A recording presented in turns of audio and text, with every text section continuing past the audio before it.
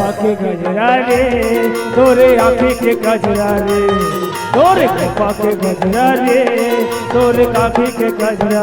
तोरे मल्ला लुभा दे हंसावो, भोला भैया बना दे हंसावो। तोरे जुलूम कटारी रे, भोला पगला बना दे हंसावो।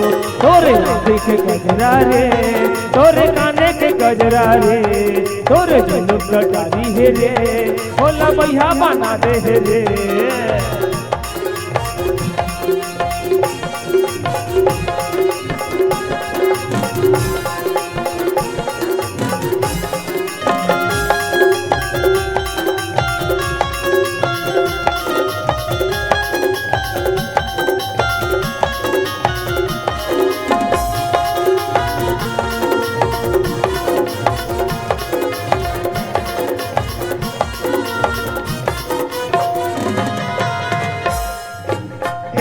तोला चढ़ती जवानी कैसे बतावा मैं रानी, देख तोरे चढ़ती जवानी कैसे बतावा मैं रानी।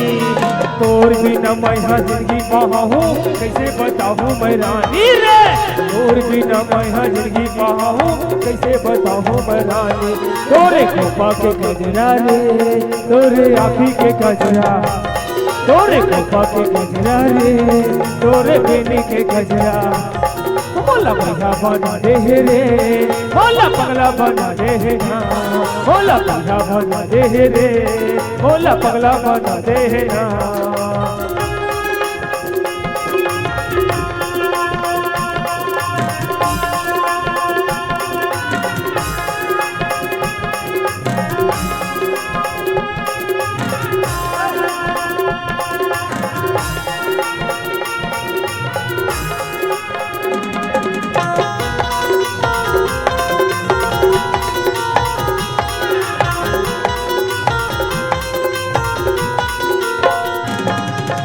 राजपुर के गांव संगी बने माया मोल फूलो, राजपुर के गांव संगी बने माया मोल देवू।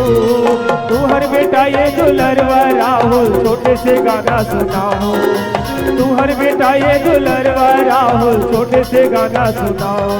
तोरे खोपा के गजरा रे, तोरे आँखी के गजरा रे, तोरे जुलूम बजरिया रे, तोरे काली बजरिया, तोरे काली बजरिया रे, तोरे खोपा के गजरा, तोरे काली बजरिया रे, तोरे खोपा के गजरा, तोरे काली बजरिया रे, तोरे खोपा के गजरा, तोरे काली बजरिया रे, तोरे काली बजरिया, तोरे खोपा के गजरा रे, तोरे काली बजरिया। मैं अभी आपला